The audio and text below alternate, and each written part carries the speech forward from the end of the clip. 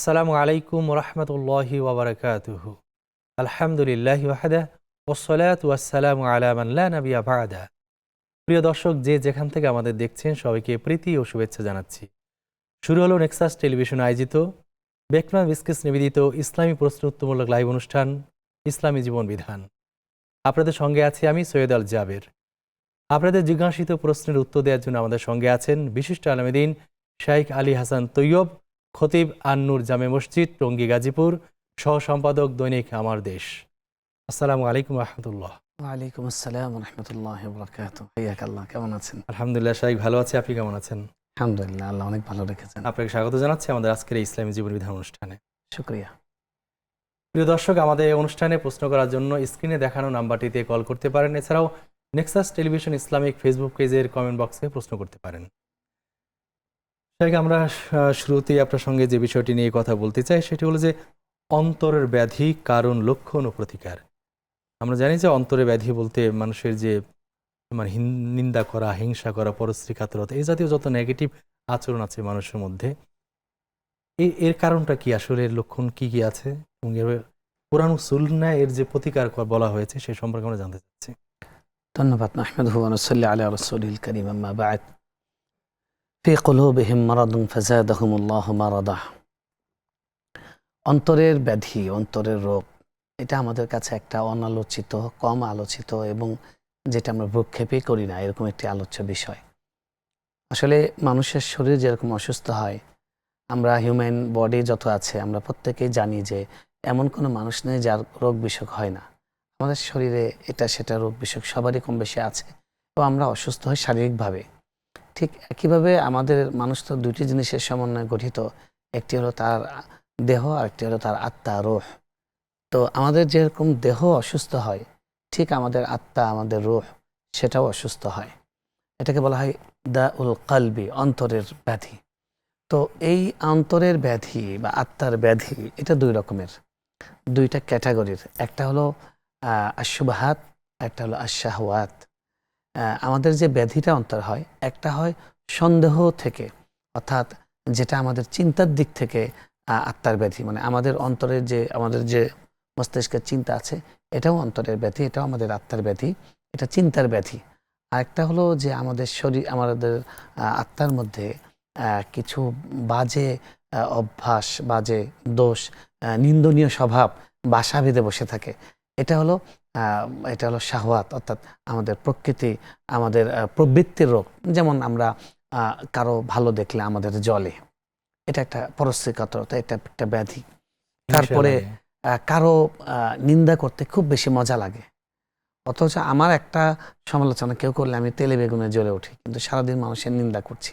এই যে গীবত করা, এটা একটা ব্যাধি। তারপরে ধরুন অন্তরের মধ্যে অনেক লোভ, যে যা আছে আমি সেটার উপর আলহামদুলিল্লাহ বলতে পারি না, আমার ভেতরে শুধু নাই নাই নাই নাই নাই নাই ভাব। দেখবেন অনেক মানুষ আছে, বিপুল পরিমাণ অর্থবিত্ত আছে, তাদের জিজ্ঞেস করবেন ভালো নেই, আমার কিচ্ছু নেই, চলতে পারি না। আমাদেরকে তো নেক্সাসে মাঝে মধ্যে আপনারা অনেকে প্রশ্ন করেন যে কিচ্ছু নাই, মাত্র 15 লাখ টাকা আছে ব্যাংকে, সেটা রেখে দিয়েছি। তো এই যে এই টাইপের, এগুলো হলো মানে এটাও অন্তরের ব্যাধি, যে আমাদের অন্তরের মধ্যে দুনিয়ার ভালোবাসা, বৈষয়িক লোভ, এটা বাসা বেঁধে আছে। ঠিক একইভাবে আমরা এই দুনিয়ার মধ্যে, এই আমাদের অন্তরের মধ্যে আমরা যে মারা যাব, আমাদের আখেরাত আছে, আল্লাহর কাছে জবাবদিহি করতে হবে, এটা একদমই আমাদের মাথায় থাকে না। উদাসীনতা, এটাকে বলা গাফলা, দাউল গাফলা, অর্থাৎ উদাসীনতার রোগ।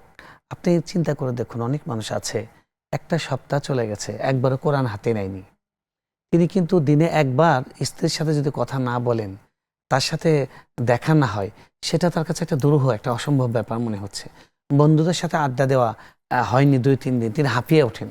কিন্তু দিনের পর দিন চলে যাচ্ছে, কোরআন পড়ছে না, জিকির করছে না, দান করছে না। দান করছে কিন্তু সে এটার দ্বারা মানে স্পিরিচুয়াল কোনো পাওয়ার ফিল করছে না, যে এটার দ্বারা তার পাওয়ার কিছু ইনক্রিজ হলো, এটা সে ফিল করছে না। এগুলো হলো ব্যাধি, এগুলো গাফলা, অর্থাৎ উদাসীনতার ব্যাধি। এরকম মানে অন্তরের অনেক ব্যাধি আছে। অন্তরের এই ব্যাধিগুলো চিকিৎসা করতে হয়, এবং এই ব্যাধিগুলো যদি থাকে তাহলে সে অন্তরের ব্যাধিতে রোগগ্রস্ত এবং তিনি অসুস্থ। আল্লাহ সুবহানাহু ওয়া তাআলা কোরআনে এটাই বলেছেন যে ফি কুলুবিহিম মারাদুন ফাযাদাহুমুল্লাহু মারাদা, তাদের অন্তরে রোগ আছে। তাহলে কোরআন বলছে অন্তরে রোগ আছে। আরেকটা জায়গায় আল্লাহ বলেছেন, এই যে যেটা বললাম দুইটা ক্যাটাগরি করলাম, একটা হলো চিন্তার রোগ, একটা হলো শুবহাত এর রোগ, অর্থাৎ উনি নামাজ পড়ে বা উনি মুসলমান নিজেকে মনে করে, কিন্তু তার মনের মধ্যে বারবার প্রশ্ন আসে, কেন মহিলাদেরকে কেন ঢেকে থাকতে হবে, কেন আল্লাহ এই বিধানটা মহিলাদের উপর কেমন যেন আরোপ করলো, বা আমাদের মদ খাওয়া যাবে না কেন, এই যুগে কি এসব চলে?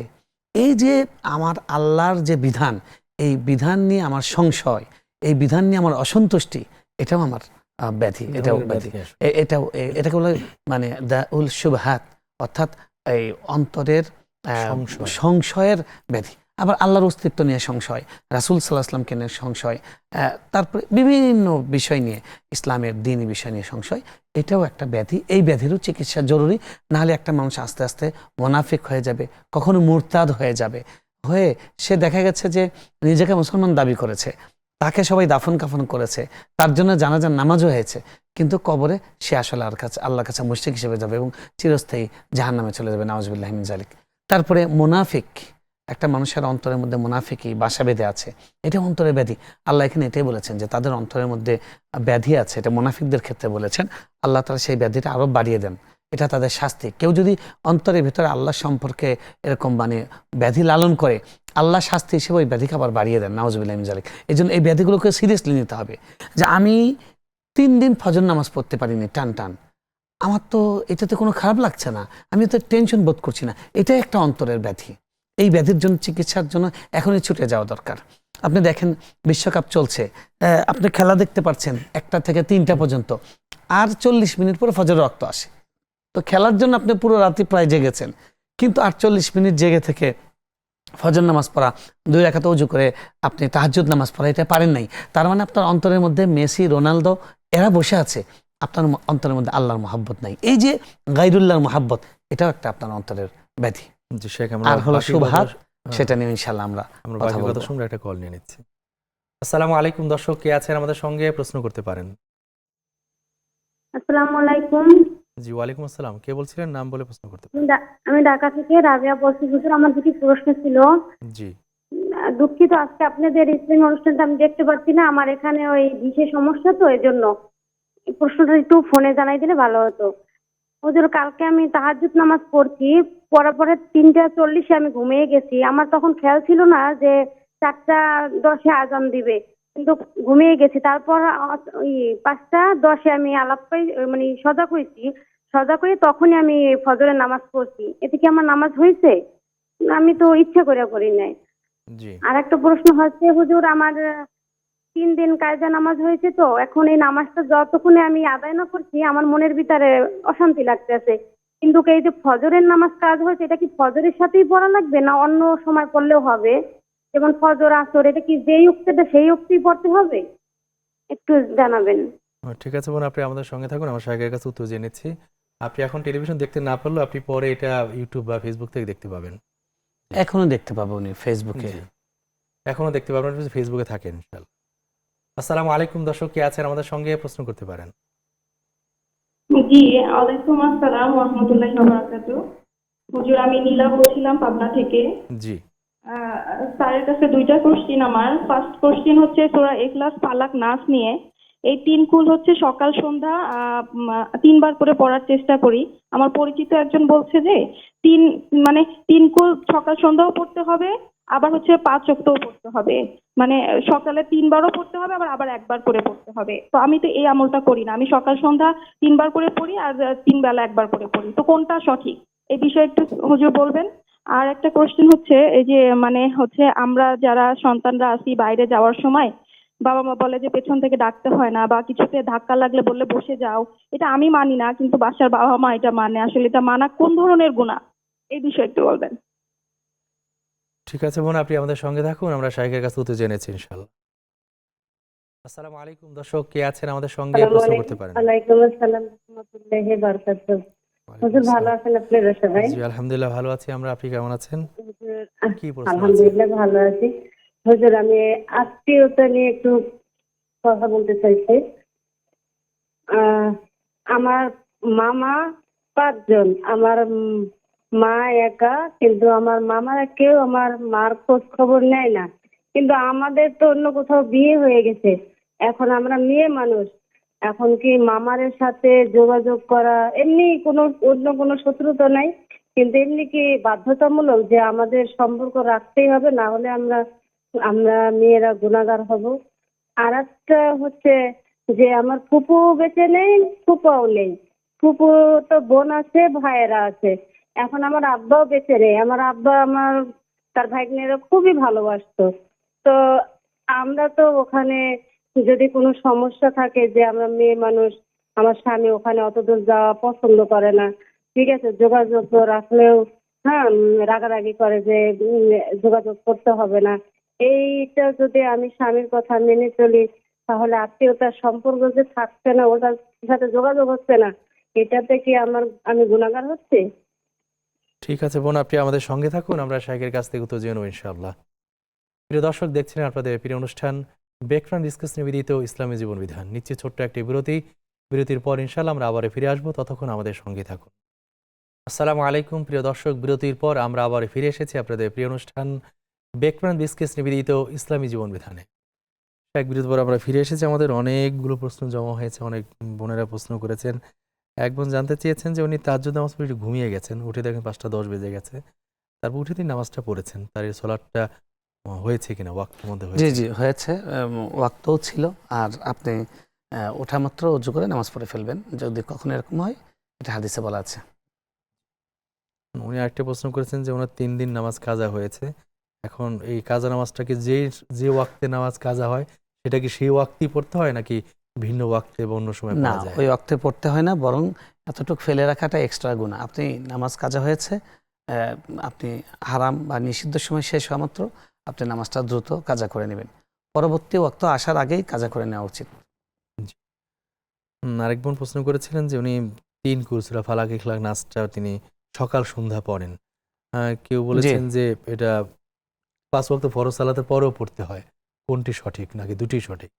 জি, আসলে হ্যাঁ, আপনি যেটা আমল করেন, আমরা সেভাবেই টেলিভিশনে এখানে বারবার বলেছি যে 3 কুলটা সকাল সন্ধ্যা 3 বার করে পড়া সুন্নত। আপনি ফজর মাগরিবে পড়বেন, আর বাকি 3 নামাজে একবার করে। এটা নামাজের সাথে সুন্নত, অর্থাৎ নামাজের পরে যে জিকিরগুলো সুন্নত জিকিরগুলো আছে তার মধ্যে তার অংশ হলো এটা। আর এছাড়া আপনি কুল হুয়াল্লাহ যখন যে কোনো সংখ্যায় আপনি পড়তে পারেন, এটা তো পড়তে কোনো নিষেধ নেই। এটা অনেক বড় ফজিলতের প্রশস্ত 3 বিষয়। কোরআনের 3 মানে 1/3, সুতরাং এটা পড়তেই পারেন। আপনি যেটা আমল করছেন আপনার আমলটাই সঠিক আছে।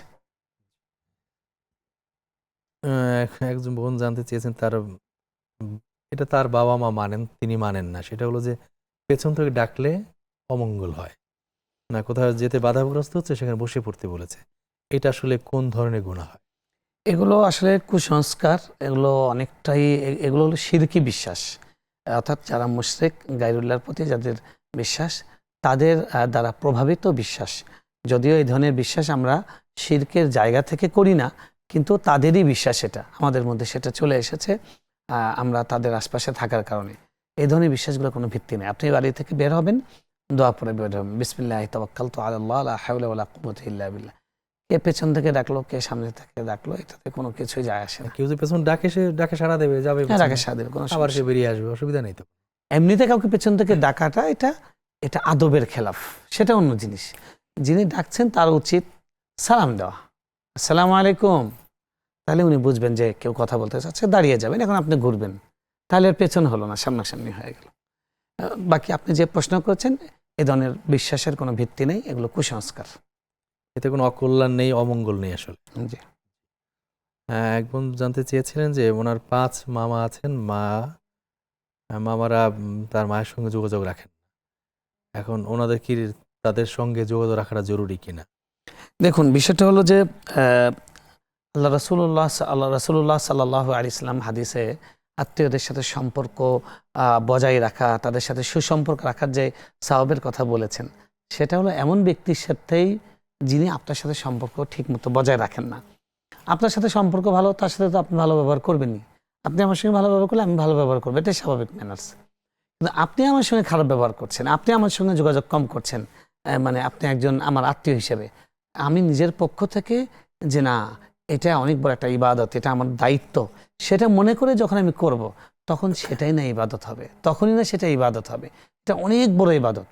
সেজন্য আপনি যে এই বিবরণটা দিয়েছেন, আপনার মামারা আপনার মায়ের খোঁজ খবর নেয় না, আপনারা খোঁজ খবর নেবেন। ভালোবাসা তো একপাক্ষিক না, ভালোবাসাটা একদিক থেকে না হলে আপনি দেখাবেন, তখন তারাও দেখাবে। আপনি যদি তাদের বাড়িতে 3 বার যান, তারা আপনার বাড়িতে 1 বার আসবে, আসতে বাধ্য হবে। যদি তাদের চক্ষু লজ্জা থাকে, স্বাভাবিক সৌজন্যবোধ থাকে, যদি তাও না থাকে, আপনারা সালাম কালাম, স্বাভাবিক সৌজন্য, স্বাভাবিক লেনদেন সেটা বজায় রাখবেন। হ্যাঁ, আপনাদের থেকে নিজেরা হয়তো এত মাখামাখি, এত আন্তরিকতা, এত আধিক্যতা হয়তো দেখালেন না, কিন্তু স্বাভাবিক যে আত্মীয়তা, সেটা আপনারা ঈদের সময় বিভিন্ন অকেশনে, বিভিন্ন উপলক্ষে তাদের সঙ্গে দেখা করবেন, কথা বলবেন, তাদেরকে উপহার পাঠাবেন, এটা সুন্নাহ। এবং উনি আরেক যে প্রশ্ন করেছিলেন যে তার ফুফাতো ভাই একই বোন, টাইপের প্রশ্ন। হ্যাঁ একই প্রশ্ন, তাদের সাথে যোগাযোগ করাটা তার স্বামীটাও চায় না, স্বামী তো নিষেধ করে আসলে। তিনি স্বামী নিষেধ করেন। দেখুন, লা তাআতা ফি মাসিয়াতিল খালিক, স্রষ্টার অবাধ্য হয়ে কোনো সৃষ্টির আনুগত্য করা যাবে না। আপনার স্বামী আপনার যে স্বাভাবিক যে আত্মীয়দের সাথে সম্পর্ক, সেটা ছিন্ন করার আদেশ আপনাকে দিতে পারেন না। সেটা দিলে সে আদেশ আপনি মানতে বাধ্য না। তার সামনে করবেন না, আপনি স্বাভাবিক যোগাযোগ করবেন। যেতেই হবে এমন কোনো কথা না, একটু ফোনে ফোনে কথা বললে হয়। ফোনে কথা বলবেন, বিভিন্ন সময় খোঁজ খবর নেবেন। হ্যাঁ, তো এইটুক করলে যথেষ্ট। আর স্বামীকে বোঝাবেন। হ্যাঁ, যদি কখনো এরকম হয় যে তাদের পক্ষ থেকে এমন খারাপ কিছু দেখেছেন বা আপনার পক্ষ থেকে যেটাতে আপনার স্বামী মনে করেছেন যে এটার দ্বারা শরীয়ত লঙ্ঘন হবে, কথার কথা যে আপনার ওই বাড়িতে একজন পরপুরুষ আছে, এই আত্মীয়দের সাথে মাখামাখি হলে সে আপনার বাড়িতে আসবে, আপনার সাথে পর্দা লঙ্ঘন করবে, এই কারণে যদি স্বামী বলেন যে না তুমি ওখানে যাবে না, তাহলে তারাই যাওয়াটা ঠিক আছে। কিন্তু স্বাভাবিক যে আত্মীয়দের যোগাযোগটা, সেটা বন্ধ করার জন্য উনি বারণ করতে পারেন না, করলে আপনি সেটা শুনবেন না। আপনি তাকে কষ্ট না দিয়ে, তাকে অ্যাভয়েড করে আপনি তাদের সাথে স্বাভাবিক সম্পর্ক রাখবেন। তারা না আসলে আপনি যাবেন, তারা যোগাযোগ না করলে আপনি যোগাযোগ করবেন, তাহলে আপনার জন্য অনেক অনেক বেশি সওয়াব দেওয়া হবে। আসসালামু আলাইকুম দর্শক, কে আছেন আমাদের সঙ্গে প্রশ্ন করতে পারেন। আসসালামু আলাইকুম। হ্যালো। হ্যালো, আসসালামু আলাইকুম। জি, ওয়ালাইকুম আসসালাম। জি, কি প্রশ্ন আছে আপনার, করতে পারেন। আমার দুটো প্রশ্ন। জি। প্রথম প্রশ্ন, মৃত ব্যক্তির নামে কি কোরআন খতম করে দোয়া করা যাবে? মৃত ব্যক্তির জন্য। আর একটা প্রশ্ন, হ্যাঁ জি, কোরআন খতম করে দোয়া করা যাবে কি মৃত ব্যক্তির নামে? জি। আর একটা প্রশ্ন, আমার বাসায় কাজ করে একটা মহিলা, বৃদ্ধ মানে বয়স্ক মানুষ, উনি আবার অন্য বাসাতেও কাজ করে। তা এখন ওনার হচ্ছে দুনিয়াতে ওই যে মানে আপন বলতে তেমন কেউ নাই। ওনার হচ্ছে স্বামী মারা গেছে, সন্তান হয় নাই, সন্তান নাই। তো এখন অন্য বাসাতেও কাজ করে, সে টাকা আমার বাড়ি কাজ করে, সে টাকা জাকাত ছাত্রা পায়, সব টাকা নিয়ে এসে আমার কাছে জমা দেয়। আমি রাখতে না চাইলে কান্দাকাটি শুরু করে দেয়। জি। তো এভাবে রাখে অনেকদিন ধরে রাখে। যখনই টাকাটা মনে করেন 2-3 বছর হয়ে যায়, বেশি হয়, তখন টাকাটা নিয়ে ওনার এক বোন আছে, আপন বোন, ওনাকে দিয়ে ব্যাংকে রেখে দেয়। তাই এখন সে টাকা কি আমি যখন নিয়ে জমা, আমি হচ্ছে সে টাকাটা লিখে রাখি, উনি আবার হিসেব করতে পারে না, লিখে রাখে। একবারে যখন টাকাটা জমা হয় 2-3 বছর পর সে নিয়ে ওনার বোনের সাথে করে এনে ব্যাংকে জমা না, আপনি নেয়। জানতে চাচ্ছেন কি তাই আসলে? এখন এভাবে কি আমি কি রাখতে পারি টাকাটা কাছে? উনি না রাখলে কান্দাকাটি শুরু করে দেয়, আমার কাছে জমা রাখে। জি, তা ঠিক আছে। আমি কি জমা রাখতে পারি? জি, জি, এতে কি বুঝতে গুনাহ পেরেছি। আপনি হবে? সঙ্গে থাকুন আমাদের, আমরা শাইখের কাছে উত্তর জেনে নেব ইনশাআল্লাহ। আসসালামু আলাইকুম দর্শক, কে আছেন আমাদের সঙ্গে প্রশ্ন করতে পারেন। আসসালামু আলাইকুম। জি, ওয়ালাইকুম আসসালাম। কি প্রশ্ন আছে, আমি করতে আব্দুল পারেন। সালাম বলছিলাম। জি, আব্দুল সালাম ভাইয়া, কি প্রশ্ন আছে আপনার? আমি জানতে চাচ্ছিলাম যে কোনো নামাজে আত্তাহিয়াতু, দরুদ শরীফ, দোয়া মাসুরা বা বিসমিল্লাহির রহমানির রহিম বা যে কোনো যদি 2বার করে পড়া হয়, এগুলো 2বার করে পড়া হয়, তাহলে কি সহসিদা দিতে হয় কিনা এবং দিলে কয়টা দিতে হয়? তারপরে 2 নাম্বার, আমি 4টা প্রশ্ন করব। তারপর 2 নম্বর প্রশ্ন হলো অজুর মাথা মাসো এবং তায়াম্মুম কিভাবে করতে একটু দেখা নিতে চাইছিলাম। মাথা মাসে। আর 3 নম্বর প্রশ্ন হইলো জি, মাথা মাসে। জি। 3 নম্বর প্রশ্ন, হ্যাঁ মাথা মাসে এবং অজুর মাথা মাসো এবং তায়াম্মুম কিভাবে করতে হয় জি। এটা একটু দেখাই নিব। আর 3 নম্বর প্রশ্ন হইলো আমি এই যে আপনার নেক্সাস টিভি, নাগরিক এগুলো নিয়মিত দেখি, তারপরে দেশ টিভিও দেখি, কিন্তু দেশ টিভির আমি ফোন নাম্বার পাচ্ছি না। যে স্যার আছে আজকে, যে এই হুজুর আছে, উনি কিন্তু দেশ টিভিতে দেখি আমি, ফোন নাম্বারটা দেওয়া যাবে কিনা এটা একটা। আর 4 নম্বর প্রশ্ন যেটা করব, এটা গতকালকে আমি নেক্সাসে করছিলাম, কিন্তু প্রশ্নটা করতে আমি সম্পূর্ণ পরিপূর্ণভাবে বলতে হয়তো পারি না, এজন্য উত্তর সঠিক হয়তো হয় নাই। জি বলুন, সংক্ষেপে বলুন। মানে জি হ্যাঁ হ্যাঁ, আমার একটা মেয়ে 1 বছর আগে মারা গেছে। জি মেয়েটার বয়স ছিল যখন মারা যায় 7 বছর 11 মাস 10 দিন। মেয়েটা ব্লাড ক্যান্সারে মারা গেছে। জি মেয়েটা যখন জীবিত ছিল তখন কোনো উপবৃত্তি পাই নাই। মেয়েটা মারা যাওয়ার 1 মাস পরে উপবৃত্তি পাইছে। মানে সে প্রাইমারি স্কুলে ভর্তি ছিল এবং একটা মাদ্রাসায় লেখাপড়া করতো। জি মাঝে মধ্যে প্রাইমারি স্কুলে যাইতো এবং বেশিরভাগ মাদ্রাসায় থাকতো। মারা যাওয়ার 1 মাস পরে উপবৃত্তি টাকা পাইছিল, সেটা আমি মসজিদে দিয়ে দিছি এবং গতকালকে আবার উপবৃত্তি টাকা আসছে। সেই টাকাটা কি নেওয়া যাবে না যাবে না, এবং নেওয়া গেলে সেটা কি করতে হবে বা কিভাবে কি করা যাবে এটা জানার জন্য। আগেরটা কোথায় দিয়েছেন? আগে একটা দিছি ইয়ার মাদ্রাসায়, আচ্ছা, দান কি করে যেন দিয়ে বলে, দান করে দিয়েছেন না মসজিদে দিছি। মসজিদে দিয়েছেন? হ্যাঁ মসজিদে দিছি, মসজিদে। জি ঠিক আছে ভাইয়া, আপনি আমাদের সঙ্গে থাকুন, ঠিক আছে। আমরা শাহের কাছে তো জেনে নিচ্ছি ইনশাআল্লাহ। আমাদের অনেক প্রশ্ন জমা হয়েছে, আমরা একটা কল নিচ্ছি। আসসালামু আলাইকুম, দর্শক কি আছেন আমাদের সঙ্গে, প্রশ্ন করতে পারেন। ওয়ালাইকুম আসসালাম। আমি 3টে প্রশ্ন করব। জি করুন প্লিজ। আমার প্রথম প্রশ্ন হচ্ছে যে অনেক বছরের যে কাজা নামাজ, অনেক হুজুরাই বলে এগুলা একেবারে কি করে এক এক করে পড়তে হবে, আর আবার অনেকেই বলে এগুলা পড়া লাগবে না, এখন থেকে তওবা করে মানে আর করুন। জি লাইনটি কেটে বোঝা গেছে। গেছে। আমাদের অনেক প্রশ্ন। মৃত ব্যক্তির জন্য কোরআন খতম করে দোয়া করা যাবে কি? আচ্ছা, প্রথম কথা হলো মৃত ব্যক্তির জন্য কি করতে হবে সেটা রাসূলুল্লাহ সাল্লাল্লাহু আলাইহি ওয়াসাল্লাম আমাদেরকে শিক্ষা দিয়েছেন। মৃত ব্যক্তির জন্য যা করণীয় তার মধ্যে প্রথম আছে হলো দোয়া। রাসূলুল্লাহ সাল্লাল্লাহু আলাইহি ওয়াসাল্লাম বলেছেন, আও ওয়ালাদুন সালিহুন ইয়াদউ লাহ। মানুষ মারা গেলে 3টা জিনিস তার কাজে আসে, হ্যাঁ 3টা জিনিস জারি থাকে, 3টা সওয়াবের মাধ্যম। তা সেটার মধ্যে একটা হলো নেককার সন্তান, যেটা যে সন্তান তার জন্য দোয়া করে। এখন তাদের জন্য দোয়া করা এটা হলো সুন্নাহ। তাদের জন্য কোরআন তেলাওয়াত করা, তাদের জন্য কোরআন খতম করা, কিংবা কেউ মারা গেলে কোরআন খতম করার আয়োজন করা, এগুলো রাসূলুল্লাহ সাল্লাম শেখান নাই, সাহাবীরাও করেন নাই। কোরআন পড়লে তার পরে যদি দোয়া করেন সেটা দোয়া কবুল হয়। দোয়া কবুল হওয়ার জন্য যদি আপনি কোরআন তেলাওয়াত করেন, যে কোরআন তেলাওয়াত করে দোয়া করব, দোয়া কবুল হবে, ভালো, এটা সুন্নাহসম্মত। কোরআনের উসিলা দিয়ে দোয়া করতে পারবেন, ওতে কোরআন আল্লাহর কালাম, কালামুল্লাহ। জি তো কালামুল্লাহ দিয়ে আপনি দোয়া করতে পারবেন, সেটাও করতে পারেন। বাকি কোরআন যে এই খতম করলাম তার পক্ষ থেকে, বা কি বলে তিনি মারা গেছেন তার জন্য আমার করণীয় হলো কোরআন খতম করা, এই বিধানটা রাসূলুল্লাহ সাল্লাল্লাহু আলাইহি ওয়াসাল্লাম দেন নাই। আর জীবিতরা যদি কোরআন খতম করে সেটা সওয়াবটা তারা পাবেন কিনা, এটা আলেমদের মতবিরোধ আছে। বড় একটা ওলামা শ্রেণীর মতামত হলো যে তারা সেই সওয়াবটা পাবেন, অর্থাৎ সওয়াব তাদেরকে, সেটার জন্য সওয়াবটা তাদেরকে হাদিয়া দেওয়া যায়। আবার একটা শ্রেণীর আলেমের মতামত হলো যে সেটা যায় না। তো আমরা বলবো যে মৃত ব্যক্তিদের জন্য যেগুলো রাসূলুল্লাহ সাল্লাল্লাহু আলাইহি ওয়াসাল্লাম শিক্ষা দিয়েছেন, দোয়া করা, দান করা, তাদের জন্য হজ উমরা করা, হ্যাঁ তাদের আত্মীয়দের সাথে সুসম্পর্ক বজায় রাখা, এই কাজগুলো বেশি বেশি করার চেষ্টা করুন। কোরআন পড়ার পরে তাদের জন্য দোয়া করুন, আল্লাহ আপনি এই কোরআন উসিলা তাকে মাফ করেন, এই ইবাদতটাকে কবুল করেন, এই ইবাদতের উসিলা আমার অমুক আত্মীয়কে মাফ করেন, এভাবে দোয়া করুন। কিছু না বলো, কিছু না, কোনো ইবাদত না করো, শুধু দোয়া করলে তো হয়ে যায়। জি জি জি, এটা সহজ হয়ে যেতে পারে। অবশ্যই। জি আরেকটা প্রশ্ন ছিল ওনার, যে কাজে মহিলা ওনার কাছে টাকা জমা রাখেন। আচ্ছা, আপনার রাখতে কাছে পারেন যে কিনা? টাকা জমা রাখেন, অবশ্যই সেটা জমা রাখতে পারেন, আপনি সেটা রাখবেন, এটা অনেক বড় একটা ইবাদত। আমানত রাখা, আমানত কার কাছে রাখে? যিনি বিশ্বস্ত। আর বিশ্বস্ত ব্যক্তি, আল্লাহ রাসূল সাল্লাল্লাহু আলাইহি ওয়াসাল্লাম বলছেন, লা ইমানা লিমান লা আমানাতা লা। যার ইমান নাই, যার আমানতদারি নাই, তার ইমান নাই। এবার কথাটা উল্টান, যার আমানতদারি আছে তার ইমান আছে।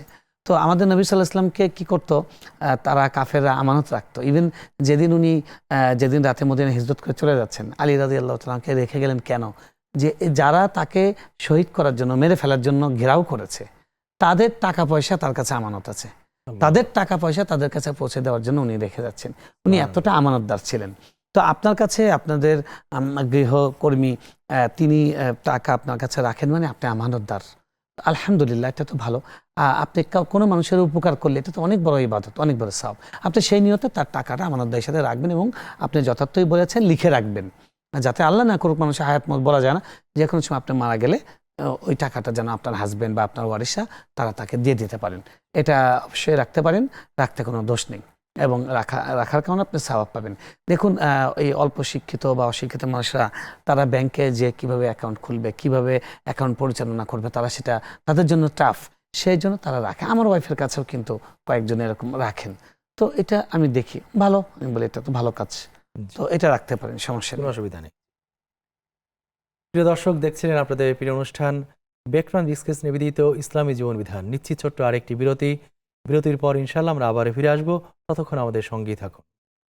আসসালামু আলাইকুম প্রিয় দর্শক, বিরতির পর আমরা আবার ফিরে এসেছি আপনাদের প্রিয় অনুষ্ঠান ব্যাকগ্রাউন্ড ডিসকাস নিবেদিত ইসলামী জীবন বিধানে। এক বিরতি পর ফিরে এসেছে, আমাদের অনেকগুলো প্রশ্ন এসেছে। এক ভাই 4টা প্রশ্ন করেছেন। উনি জানতে চাচ্ছেন যে কোনো নামাজে তাশাহুদ, দুরুদ এবং এগুলো একাধিকবার পড়লে দুইবার সাজদায় সাও পড়ে দিতে হবে কিনা? সাজদা দিতে হবে কিনা? না ভাই, এটা সাজদায় সাও দিতে হবে না, কারণ নামাজ হলো জিকিরের জন্য। নামাজকে ওয়া আকিমিস সালাতা লিযিকরি, সালাত কায়েম করে আমার জিকির করার জন্য। এগুলো সব জিকির, একাধিকবার করলেও সমস্যা নেই, আপনি ইচ্ছে করে পড়লেও সমস্যা। এগুলো তো দোয়া, দোয়া তো একাধিকবার করা সুন্নতি। জি, যেমন আল্লাহুম্মা ইন্নী যালামতু নাফসি যুলমান কাসীরা, এটা তো অনেক বড় ইস্তেগফার, অনেক বড় ক্ষমা চাওয়ার দোয়া। একাধিকবার পড়তে পারলে সময় নিয়ে খুব ভালো হয়, কোনো সমস্যা নেই, কোনো সাজদায় সাও দিতে হবে না। হ্যাঁ, উনি একটু সরাসরি মাথা মাসে কিভাবে করে জানতে চাচ্ছেন। আচ্ছা, এবং মাথা মাসিটা তায়াম্মুমটা কিভাবে করবেন এবং করেন? তায়াম্মুমটা কিভাবে করবেন? মাথা মাসি করবেন, আপনি দেখতে চেয়েছেন, আমি তো চুল এখনো বড়ই হয়নি, যাই হোক হজ থেকে এসেছে, যে এইভাবে আপনি পানিতে হাত দিবেন, আঙ্গুলটাই যে এইভাবে, আমার আঙ্গুল দেখেন, আমাদের তর্জনী এবং বৃদ্ধাঙ্গুল, এটাকে আলাদা করবেন, তিনটা একসাথে করে, এই যে সামনের দিক থেকে এভাবে নিয়ে এই একবার, আর এখানে দিয়ে এই আঙ্গুলের তর্জনীটা কানের ভেতরে ঢুকিয়ে দিবেন, বৃদ্ধাঙ্গুল পেছন থেকে দিকে, এটাই শুধু সামনে থেকে পেছন দিক নিয়ে যাওয়া, এটাই হলো মাথা মাসে করার তরিকা। আর তায়াম্মুমটা জানতে চাচ্ছেন। তায়াম্মুমটা কিভাবে তায়াম্মুমের করবেন? মাসে। তায়াম্মুমে আমরা জানি যে 3টা কাজ। আমরা নিয়ত করে নিব প্রথমে, যে আমি তায়াম্মুমের নিয়ত করছি, গোসলের জন্য হলো গোসল, ওযুর জন্য হলো ওযু। তো আপনি প্রথমে মাটিতে, যে জায়গা থেকে আপনি যেই বস্তুটা ব্যবহার করছেন, মাটিতে আপনি 2 হাত এভাবে দিবেন, বিসমিল্লাহ, হ্যাঁ, দিয়ে তারপরে এই যে চেহারা এরকম করে, এই শেষ, তারপরে এই দিলেন, তারপরে এই সেম ওই যে মাসের সময় যেরকম দেখিয়েছি, আঙুলটা এভাবে করবেন, করে যেভাবে দিবেন, এই হয়ে গেল। এই এটাই হলো মাসে করার তরিকা। মাশাআল্লাহ, সুন্দর প্রশ্ন করেছেন, সবাই এটা দেখতে পারলো। আল্লাহ সুবহানাহু ওয়া তাআলা আমাদের সকলকে তৌফিক দান করুন। ওনার একটি প্রশ্ন হলো যে ওনার মেয়ে 1 বছর আগে মারা গেছেন, বয়স ছিল 7 বছর 11 মাস কয়েকদিন হবে। তো উনি স্কুল থেকে উপবৃত্তি পেতেন, উপবৃত্তি পেতেন। এখন মারা যাওয়ার 1 মাস পর একটা উপবৃত্তি পেয়েছেন, উনি সেটা দান করে দিয়েছেন। এখন আবার উপবৃত্তি পাওয়ার সময় হয়েছে, কারণ এই উপবৃত্তিটা উনি নেবেন কি? আচ্ছা, প্রথম কথা হলো, উপবৃত্তিটা যেটা সরকার দেয়, এটা জনগণের অর্থ। জনগণের অর্থ যার জন্য দেওয়া হচ্ছে, সে সেটার মালিক। আপনার বাচ্চা এটার মালিক, যেহেতু বাচ্চা নেই, আপনার দায়িত্ব হলো এটা কর্তৃপক্ষকে জানিয়ে দেওয়া যে আপনার সন্তানকে আল্লাহ নিয়ে গেছে, তখন এটা বন্ধ করে দিবে। তাহলে রাষ্ট্র যে এই টাকাটা ব্যয় করছে, এই টাকাটা তখন আরেকজন বাচ্চার পেছনে সেটা ব্যয় করতে পারবে। আপনি নিজে এটা নেবেন না, আপনি যেটা অলরেডি হাতে চলে আসছে, এটা আপনি দান করে দিবেন, যেরকম গত মাসে দান করেছেন ঠিক একইভাবে। আর খুব দ্রুত আপনি কর্তৃপক্ষকে জানিয়ে দেন যে আপনার সন্তানকে আল্লাহ নিয়ে গেছে। জি। এক বোন প্রশ্ন করেছিলেন যে দীর্ঘদিনের কাজা নামাজ, কেউ বলেছেন যে এটা আদায় করতে হয়, কেউ বলছেন আদায় করতে হয় না। উনি আসলে সঠিক তথ্যটি জানতে চাচ্ছেন। আচ্ছা, যদি একটা মানুষের অনেক নামাজ কাজা হয়ে যায়, তাহলে তার কি করণীয়? তার প্রথম করণীয় তাওবা করা। কারণ উনি এমন অপরাধ করেছেন যে এই অপরাধটাকে রাসূলুল্লাহ সাল্লাল্লাহু আলাইহি ওয়াসাল্লাম বলছেন যে সে যেন কাফের হয়ে গেছে। যে ব্যক্তি 1 ওয়াক্ত নামাজ বিনা ওজরে কাজা করলো, ফাকাদ কাফার, সে নিশ্চিত রূপে কাফের হয়ে গেছে, সে রাসূলুল্লাহ সাল্লাল্লাহু আলাইহি ওয়াসাল্লাম বলছেন। আর এই হাদিসটিকে ব্যাখ্যা দিয়েছেন ব্যাখ্যাতাগণ, মুহাদ্দিসগণ, তারা বলছেন কাফের হয়ে গেছে মানে হলো কাফেরের মতো হয়ে গেছে। সে যদি এই কাজটাকে বৈধ মনে করে তাহলে সে কাফের হয়ে যাবে, মুসলমান থাকবে না, তাকে নতুন করে কালিমা পড়তে হবে। আর যদি সেটাকে বৈধ মনে করে না, তবে কাজটা করছে, ইচ্ছে করে করছে, কাজা করছে, তাহলে সে অনেক বড় ফাসেক। সে অবস্থায় মারা গেলে ইমানের উপর মারা যাবে কি না এই ব্যাপারে নিশ্চয়তা নেই। তো সুতরাং নামাজটা কাজা করাটা অনেক বড় দুর্ঘটনা। এখন আমাদের দেশে মানুষ দেখা গেছে যে 20 বছর 25 বছর নামাজ পড়ে না, 40 বছর 50 বছর নামাজ পড়ে না, তারপরে নামাজি হয়। তা এই প্রবণতাটা কেন? পৃথিবীতে অন্য খুব কম দেশ আছে, আরব দেশগুলোতে 90% মানুষ নামাজ পড়ে। নামাজ যে পড়ে না এটা হলো অ্যাক্সিডেন্টলি, সে হয়তো খুব ধূর্ত, সে হলো ধর্মের ব্যাপারে খুব মানে চোরের মতো পালিয়ে থাকে সেরকম। তো মুসলমান নামাজ পড়বে না, আবার নিজেকে মুসলমান মনে করবে, এটা হতে পারে এইটা না। আসলে ইসলামে এই জিনিসটা নাই, এই জিনিসটা একসাথে হয় না। যে কারণে কোনো পুরা হাদিসের ভান্ডারে যেখানে আমাদের কল্পনার, আমাদের রেয়ার যে ঘটনা ঘটে সেগুলোরও প্রশ্নের উত্তর সাহাবায়ে কেরাম নবীজির কাছ থেকে নিয়ে রেখেছেন। কিন্তু কারো যদি জীবনে অনেক নামাজ কাজা হয়, সেটা কি করবে এরকম প্রশ্ন রাসূল সাল্লাল্লাহু আলাইহি ওয়াসাল্লামের কাছে কেউ করেনি, কারণ এটা অকল্পনীয়। এটা তাদের কল্পনাই আসেনি আসলে। এই জন্য ওই দৃষ্টিকোণ থেকে রাসূল সাল্লাল্লাহু আলাইহি ওয়াসাল্লাম যেটা বলেছেন যে যে যে ব্যক্তি ইচ্ছা করে একটি নামাজ কাজা করলো সে কাফের হয়ে গেছে, সেই দৃষ্টিকোণ থেকে এক শ্রেণী আলিমদের মত হলো যে ও তো আসলে মুসলমানই নাই, সে কালিমা পড়ে নতুন করে ইসলাম গ্রহণ করবে। তো যে এইরকম অবস্থান তার আসলে কাজা করতে করবে, সে তো এতদিন আসলে সে সে তো ইসলাম, মুসলমানই সে ছিল না মুসলমানই আসলে। ছিল না। এটাও একটা ব্যাপার। এটা মানে আরব জগতের ওলামায়ে কেরাম তারা এটা বলেন, এবং আমি মনে করি যে এটা আমাদের অন্তকে মাথায় রাখা দরকার, এটা আমাদের মাথায় রাখা দরকার, এটা পৌঁছে দেওয়া দরকার মানুষের কাছে। ইভেন শেখ বিন বাজ রহমতুল্লাহ, সৌদি আরবের সাবেক গ্র্যান্ড মুফতি, শেখ ইবনে ওসাইমিন রহমতুল্লাহ, তাদের ফতোয়া হলো যে ইচ্ছে করে দীর্ঘদিন নামাজ পড়ে না এরকম ব্যক্তি যদি মারা যায়, তাকে গোসল করানো হবে না, তাকে জানাজা হবে না, মুসলমানদের কবরস্থানে তাকে দাফন দাফন পর্যন্ত করা করা হবে হবে না, কারণ সে মুসলমান না, সে কাফের। শেখ বিন বাজ রহমতুল্লাহকে একজন জিজ্ঞেস করছেন যে শেখ একজন ব্যক্তি অফিসে যাওয়ার জন্য সে নামাজ পড়ে না, ফজর পড়তে পারে না, তো উনি বলেছেন তিনি নামাজ পড়ার জন্য কি করেন, তিনি কি চেষ্টা করেন? চেষ্টা করেন। কি চেষ্টা করেন? উনি কি অফিস করে, চাকরি করে? হ্যাঁ চাকরি করে। অফিসে যাওয়া ভুলে যায় কি কখনো, যে অফিস যাওয়া লাগবে না? ভুলে না, অফিসে যাওয়ার জন্য অ্যালার্ম দিয়ে রাখে। উনি বলছেন কেউ যদি অফিসের কাজের জন্য, তার বৈষয়িক কাজের জন্য অ্যালার্ম দিয়ে রাখে আর নামাজের জন্য অ্যালার্ম দেয় না, সেও কাফের হয়ে যাবে, কারণ সে এটাকে তার থেকে কম গুরুত্বপূর্ণ মনে করছে। এই পৃথিবীতে আসমানের নিচে জমিনের উপরে একজন মুসলমানের জন্য ঈমান আনার পরে নামাজের থেকে বড় কোনো আদেশ নেই। জি। তো এখন তখন উনি বললেন শেখ তাহলে তো অনেক মানুষ কাফের হয়ে যাবে। তখন উনি বললেন যে জাহান্নাম অনেক বড়, আল্লাহ জাহান্নাম অনেক বড়। এই জন্য যাই হোক, আমরা মানুষকে কাফের বলতে চাচ্ছি না, আমরা বোঝাতে চাচ্ছি আল্লাহ রাসূল সাল্লাল্লাহু আলাইহি ওয়াসাল্লাম এটাকে কুফরি হিসেবে ধরেছেন। তাই কোনো মুসলমানের ক্ষেত্রে অনেক নামাজ কাজা এই ব্যাপারটি যেন না ঘটে, এটা আমরা কল্পনা করতে চাই না। আমাদের দর্শক যারা শুনছেন সবার কাছে আমি হাতে পায়ে ধরে রিকোয়েস্ট করছি, আর যাই হোক নামাজটা কাজা করবেন না, নামাজ কাজা করবেন না, যা হয় হোক। আপনি কোরআন পড়তে পারছেন না, আপনি পর্দা করতে পারছেন না, অনেক গুনাহ করছেন, ঠিক আছে গুনাহ করছেন, আবার আপনি সেটা তাওবা করতে থাকেন, কিন্তু নামাজটা ছাড়বেন না। এখন আমরা এই প্রশ্নটা এসে শর্ট করে বলি। আপনি যেহেতু নিজেকে মুসলমান মনে করছেন, মুসলমান দাবি করছেন, নামাজ তো আল্লাহর হক। কেউ যদি আপনার কাছে টাকা পায়, আপনি তো তার কাছে টাকাটা ফেরত দেবেন, ফেরত দিয়ে তারপরে বলবেন যে সরি দেরি হলো। তো আপনি নামাজ যেগুলো মনে আছে পড়েন, পড়ে আল্লাহর কাছে আপনি মাপ চান যে আল্লাহ আমি পড়লাম, তুমি এটা কবুল করে নাও। আর যারা অতীতের নামাজগুলো পড়তে চান, আমরা তাদেরকে পড়তে বলবো, আমি ব্যক্তিগতভাবে পড়তে বলবো, না পড়তে বলবো না, কিন্তু তাওবাটা আগে করেন। তাওবাটা হলো কনফার্ম আমল, যেটা আপনার করণীয়। আর নামাজটা পড়বেন, নামাজ এটা আল্লাহ ফরজের বদলে হিসেবে নেবেন না, এটা নফল হিসেবে নেবেন, যেটা হিসেবে নেবেন। যতটুকু পারেন পড়ে যান। আপনি পড়বেন তো লস নেই, কারণ হাদিসে বলা হয়েছে যে যখন ফরজের ঘাটতি হবে তখন তার নফল দিয়ে সুন্নাত ঘাটতি দিয়ে পূরণ আল্লাহ করা তাআলা হবে। ঘাটতি পূরণ করবেন। সুতরাং এক শ্রেণীর আবার যারা বলেন যে না কাজা কোনো পড়তে হবে না, আমি সেটাও বলবো না, আমি বলবো কাজা পড়েন, যার কাজা হয়েছে কাজা পড়েন, কিন্তু যার কাজা হয়নি তাকে বলবো যে আল্লাহর রাস্তায় কাজা করেন না। ইচ্ছে করে কাজা করলে আপনি যে তাওবা করতে পারবেন, মুসলমান হিসেবে কবরে যাবেন, এটার কোনো নিশ্চয়তা নেই। এই জন্য উভয় পক্ষের বক্তব্য কিন্তু সঠিক, এবং বক্তব্যের মূল উৎস যেটা সেটা আমি বিস্তারিত বললাম, যাতে আমরা সচেতন হই। আল্লাহ সুবহানাহু ওয়া তাআলা আমাদের সকলকে নামাজের ক্ষেত্রে সিরিয়াস হওয়ার তৌফিক দান করুন। আসসালামু আলাইকুম, দর্শক কে আছেন আমাদের সঙ্গে প্রশ্ন করতে পারেন। ওয়ালাইকুম আসসালাম। আমি বলতে চাচ্ছি যে, সকাল সকাল আমল ফজরের পর আসরের পর তো বুঝি, আসরের পর যে আমলটা করা হয় সেটাই তো, সন্ধ্যের আমল তো সেইটাই। তখন 3 কুল পড়তে গেলে আমি সকাল ফজরের পর পড়বো না আসর পর পড়লেই হবে, নাকি আবার পড়তে হবে? আচ্ছা, একটু জানতে জি আপনি চাচ্ছিলাম। আমাদের সঙ্গে থাকুন, আমরা শাইখের কাছে উত্তর জেনেছি ইনশাআল্লাহ। আসসালামু আলাইকুম, দর্শক কি আছেন আমাদের সঙ্গে, প্রশ্ন করতে পারেন। হ্যাঁ জি, আমি রামপুরা থেকে বলছিলাম। জি আমি কি জানতে চাচ্ছিলাম যে যাদের ধরেন বয়স হয়ে গেছে, মানে চাকরির বয়স মানে চলে গেছে, তো সেই আমল বাদে আর কি, আমল বাদে প্র্যাকটিক্যালি কি করতে পারে আর কি, ইসলামিক ওয়েতে, এটা একটু জানতে চাচ্ছিলাম। ধন্যবাদ। আর আমার বক্তা আমার অনেক পছন্দের বক্তা উনি। ঠিক আছে, আসসালামু আলাইকুম। জি দোয়া আসসালামু করবেন। ওয়ালাইকুম আসসালাম। আসসালামু আলাইকুম, দর্শক কি আছেন আমাদের সঙ্গে, প্রশ্ন করতে পারেন।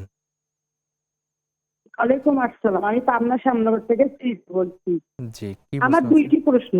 জি আমরা 5 ওয়াক্ত নামাজের জন্য ওযু করি, ওযুর পরে কালেমা শাহাদাত পাঠ করি। আমার কথা হচ্ছে, আমরা যখন প্রতিদিন গোসল করি, গোসলের পূর্বে ওযু করি, শুধু পা দুইটা বাকি রাখি, গোসল শেষে পা দুইটা ধুয়ে নেই, তো কখন কালেমা শাহাদাত পাঠ করব? গোসলের পূর্বে না পা দুইকে ধোয়ার পর? কখন করব? দ্বিতীয় নাম্বার, কোরআন পড়তে পড়তে যদি ওযু নষ্ট হয়, তখন স্পর্শ ছাড়াই কি কোরআন পড়তে পারবো?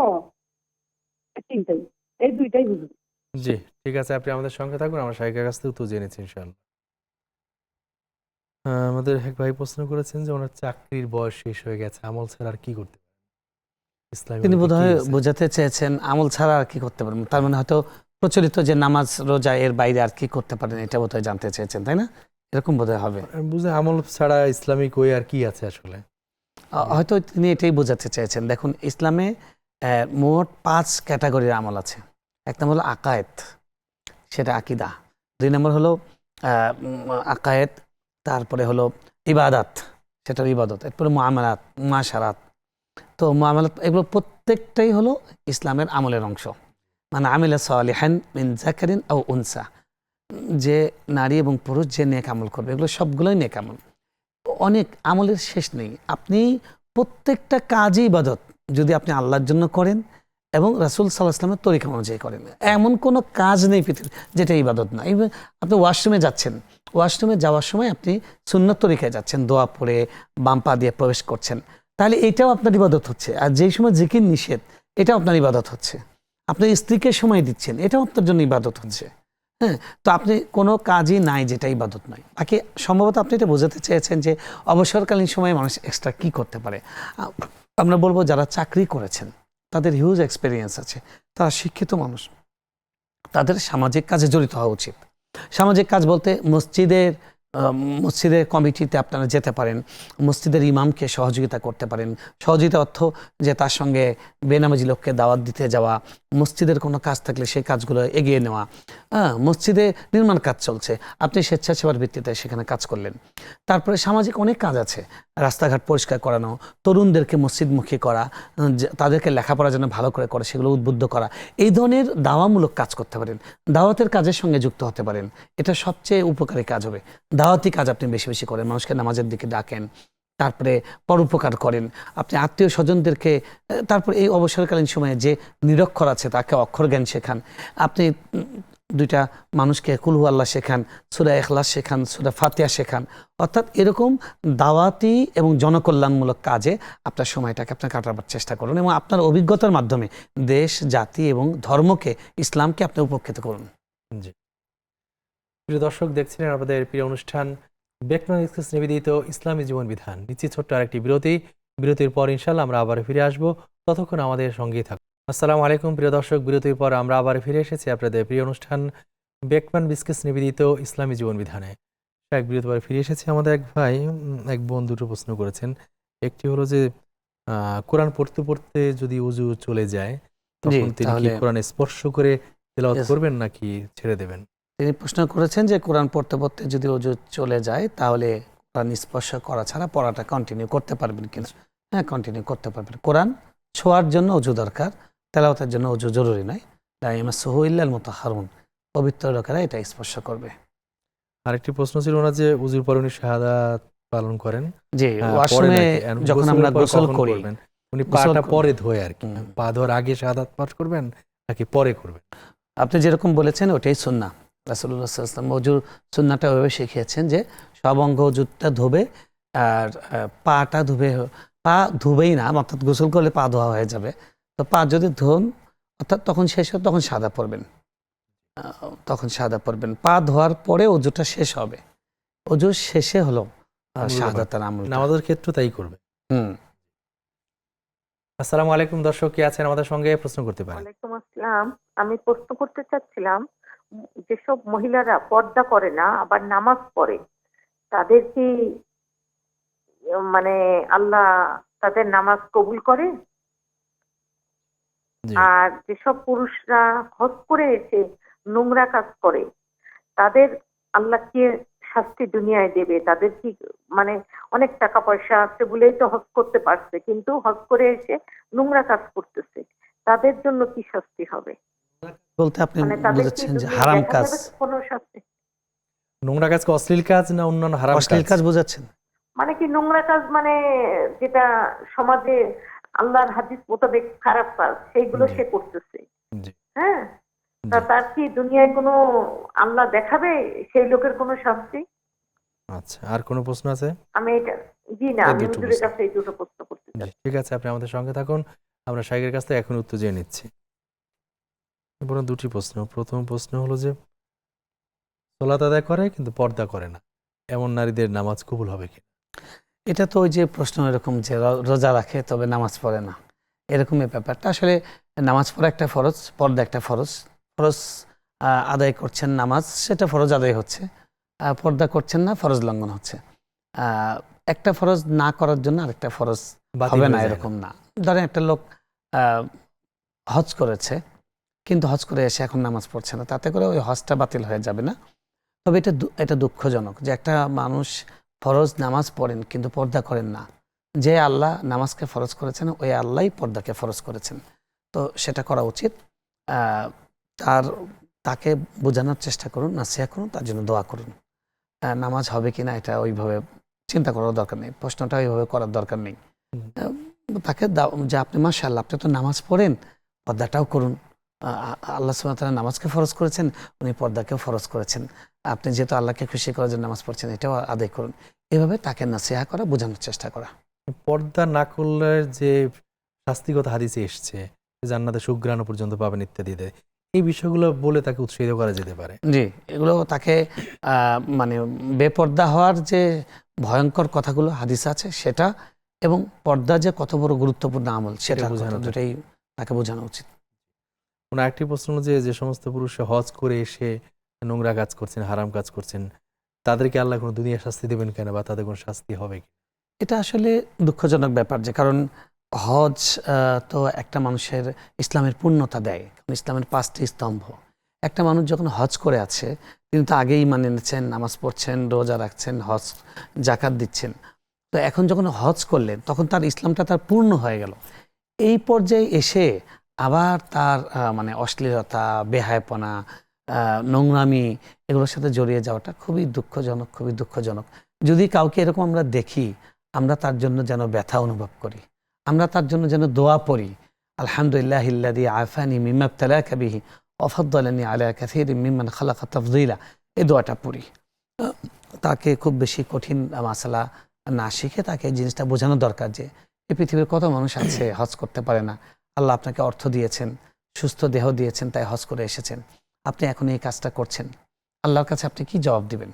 আর একটা মানুষের হজ কবুল হয়েছে, তার একটা আলামত হলো হজের পরের জীবনটা আগের জীবন থেকে বেটার হওয়া। যে হজের পরে আসলে এরকম প্রকাশ্য কবিরা গুনাহ হওয়া, এটা খুবই দুঃখজনক। আল্লাহ সুবহানাহু ওয়া তাআলা আমাকে এবং যারা হজ করেছেন তাদের সকলকে হেফাজত করেন। ফেসবুকে আমাদের মশহুর নাবিল নামে এক ভাই লিখেছেন, উমরা করার বিধান কি? জি, জীবনে একবার উমরা করা ওয়াজিব আর কি। যার জন্য সামর্থ্য আছে তিনি উমরা করবেন। এর যে হজ করতে গেলে আমরা সাধারণত তামাত্তু হজ করি, উমরা সহ করি, এটাই হলো উমরার বিধান। যার টাকা নেই তার জন্য করতে হবে না। অনেক আমল আছে যেগুলোর মাধ্যমে উমরা সওয়াব হয়, সেই আমলগুলো করবেন। আমাদের আজকে বিষয় ছিল অন্তরের ব্যাধি। অন্তরের ব্যাধির একটি মারাত্মক দিক হলো গীবত। আমরা গীবত সম্পর্কে, এর পরিণতি সম্পর্কে আপনার কাছে জানতে। আল্লাহ বলেছেন মরা ভাইয়ের গোস্ত খায়, এবং গীবতের সবচেয়ে ভয়ঙ্কর ক্ষতি বা ভয়ঙ্কর দিক হলো এটা যে আপনি বুঝতেই পারছেন না আপনি যে অনেক দামি একটা আমল করে আমল নামাকে সমৃদ্ধ করে রেখেছিলেন, আস্তে আস্তে গীবত করছেন, আর সেই আমল নামাটা তার আমল নামায় চলে যাচ্ছে সেই সওয়াবটা। আপনি না মানে নিজের কষ্ট করে নিজের আখিরাতকে বরবাদ করে অন্যকে আপনার আখিরাতের পুঁজিটা দিয়ে দিচ্ছেন, এটা সবচেয়ে ভয়ঙ্কর দিক। আজকে যে আলোচনার বিষয়টা ছিল যে অন্তরের ব্যাধি, এটার প্রকার মানে এটার চিকিৎসাকে এটা নিয়ে আমরা কয়েকটা কথা বলি শেষে। সেটা হলো যে দেখেন, প্রথম হলো শুবহাত, যেটা সংশয়, এটার জন্য আল্লাহর কাছে বেশি বেশি দোয়া করা, ইয়া মুকাল্লিবাল কুলুব সাব্বিত কলবি আলা দীনিক, এই দোয়াটা বেশি বেশি করা। রব্বানা লা তুযিগ কুলুবানা বা'দা ইয হাদাইতানা ওয়া হাব লানা মিন লাদুনকা রাহমা। ইমানদার লোকদের সাথে চলাফেরা করা, বেঈমান এবং মুনাফিক যারা এদের সংস্পর্শ এড়িয়ে চলা, হ্যাঁ, এবং প্রত্যেকটা আমলকে ইখলাসের সাথে করার চেষ্টা করা। আর অন্য ব্যাধি যেটা অন্তরের আরেকটা যে ব্যাধি বলেছিলাম, হিংসা, পরশ্রীকাতরতা, আরও নানান যে ব্যাধিগুলো আছে, এই ব্যাধিগুলো মুক্ত থাকার জন্য অন্তরটাকে পবিত্র করা, আল্লাহর কাছে দোয়া করা, আল্লাহ তোমাকে পবিত্র অন্তর দান করেন। আল্লাহ কোরআনে বলেছেন ইল্লা মান আতাল্লাহ বিকলবিন সালিম, যে পবিত্র অন্তর নিয়ে আসবে, সুস্থ অন্তর নিয়ে আসবে, তাকে আল্লাহ সুবহানাহু ওয়া তাআলা জান্নাত দিবেন। তো এই জন্য আল্লাহর কাছে সেটা চাওয়া, এবং প্রত্যেকটা জিনিসের ব্যাপারে এই কথা মনে রাখা, আল্লাহ ওকে দিয়েছেন, আল্লাহ আমাকে দিয়েছেন, তো আল্লাহ যে অবস্থায় রেখেছেন সে অবস্থায় আলহামদুলিল্লাহ বলার চেষ্টা করা। তাহলে আপনার ভিতর শুকর আসবে, আপনার ভিতর কানাত আসবে, অল্পে তুষ্টি আসবে, অন্যের উপরে হিংসা হবে না। আর গীবতের ক্ষেত্রে মনে রাখতে হবে যে আমি গীবত করছি, এটা আমি তার উপকার করছি আর আমার ক্ষতি করছি, এটা মনে রাখতে হবে। আর গীবত এমন একটা আমল, যেই আমল কিয়ামতের দিন তাকে কি করা হবে, তাকে সে নিজের চেহারা নিজে খামচাতে থাকবে। এবং রাসূলুল্লাহ সাল্লাল্লাহু আলাইহি ওয়াসাল্লাম বলেছেন যে ও মানুষকে, অধিকাংশ মানুষ জাহান্নামে যাবে যেই কারণে, সেটা তাদের জিহ্বার কামাই, মুখের কামাই। সাহাবীরা জিজ্ঞেস করেন কি সেটা, সে বললেন যে সেটা গীবত, চগলখড়ি, অন্যের নিন্দা করা, ভৎসনা করা। এই জন্য এটা থেকে বেঁচে চলার চেষ্টা করা, আর অন্তরের যেগুলো ভালো গুণ আছে সেই ভালো গুণগুলো অর্জন করার চেষ্টা করা। এটার জন্য কয়েকটা কাজ মৌলিকভাবে উপকারী: কোরআন তেলাওয়াত বেশি বেশি করা, জিকির বেশি বেশি করা, গোপনে দান করা, গোপনে ইবাদতের চেষ্টা করা। মানে কিছু ইবাদত তো প্রকাশ্যে আছে, সেগুলো প্রকাশ্যে করব, কিছু ইবাদত গোপনে করা, গোপনে কিছু দান করা, গোপনে মানুষকে ক্ষমা করে দেওয়া, গোপনে মানুষের উপকার করা। তো এই কাজগুলো আমরা যদি করি আর নেক ব্যক্তিদের সংস্পর্শে, ভালো মানুষের সংস্পর্শে যদি থাকি, তাহলে আস্তে আস্তে আমাদের অন্তরে এই ব্যাধিগুলো দূর হয়ে যাবে ইনশাআল্লাহ। আল্লাহ সুবহানাহু ওয়া তাআলা আমাদের সেই ব্যাধিগুলোকে দূর করার তৌফিক দান করুন। জি, সেক্ষেত্রে ছোট্ট করে জানতে চাই যে যাদের গীবত করা হয়েছে, এখান থেকে মানে পরিত্রাণের উপায় বলতে কাফফারা কোনো উপায় আছে? এটা সুন্দর কথা যে যার গীবত করে ফেলেছে তিনি হয়তো এখন দুনিয়ায় নাই, বা তিনি আছেন, তার কাছে বলা সম্ভব না, মাপ নেওয়া সম্ভব না। প্রথমত তার কাছ থেকে মাপ চেয়ে নিতে পারলে সেটা সবচেয়ে বড়। ভাই, আপনাকে নিয়ে অনেক সময় অনেক কথা বলেছি বা আপনাকে কষ্ট দিয়েছি, আপনার সঙ্গে নানা কষ্টদায়ক আচরণ করেছি, মাফ করে দিন, এভাবে ইন জেনারেল বলা যায়, বলে তার কাছে একটা সাধারণ একটা মানে ক্ষমা চেয়ে নেওয়া। আরেকটা হলো যে আল্লাহর কাছে এভাবে বলা যে আল্লাহ এই ভাইয়ের সম্মান বাড়িয়ে দেন, এই ভাইকে ক্ষমা করে দেন, তার জন্য দোয়া করা, তার জন্য আখিরাতে মুক্তি চাওয়া, এগুলো করলে এটার কাফারা হয়ে যাবে ইনশাআল্লাহ। এবং তার প্রশংসা নানান জায়গায় করা, জি, আগে যেহেতু নিন্দা করে তার ভালোটা তুলে ধরা। জি, শাইখ আপনাকে অনেক অনেক কৃতজ্ঞতা জানাই আমাদেরকে সময় দেওয়ার জন্য। জাযাকাল্লাহু খাইরান। আপনাকে আমরা অনুষ্ঠান শেষ করতে যাচ্ছি এখনই। ধন্যবাদ। জি, শুকরিয়া। প্রিয় দর্শক, দেখছেন আপনাদের প্রিয় অনুষ্ঠান ব্যক্তিগত বিশেষ নিবেদিত ইসলামী প্রশ্ন উত্তরমূলক লাইভ অনুষ্ঠান ইসলামী জীবন বিধান। আমরা আজকের পর্ব এখানে শেষ করছি। আগামী পর্ব দেখবার আমন্ত্রণ জানিয়ে আসসালামু আলাইকুম ওয়া রাহমাতুল্লাহি ওয়া বারাকাতুহু।